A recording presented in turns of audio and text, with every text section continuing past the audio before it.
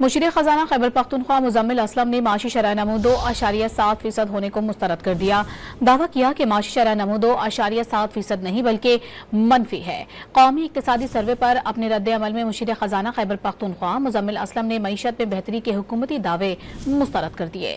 دعویٰ کیا کہ اگر حکومت کے اعداد و شمار پر بھی یقین کر لیا جائے تو 3 سالوں کی شرح نمو صرف 1.5% ہی بنتی ہے، جو ہماری آبادی بڑھنے کی شرح سے انتہائی کم ہے۔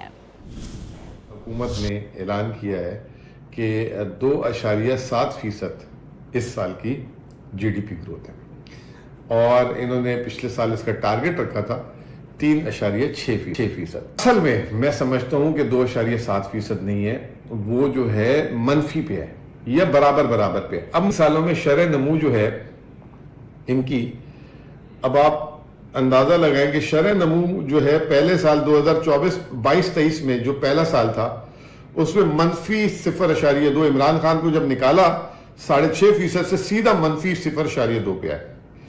اگلے سال 2.5% ہو گئی، اس سال فارم 47 پھر 2.7%۔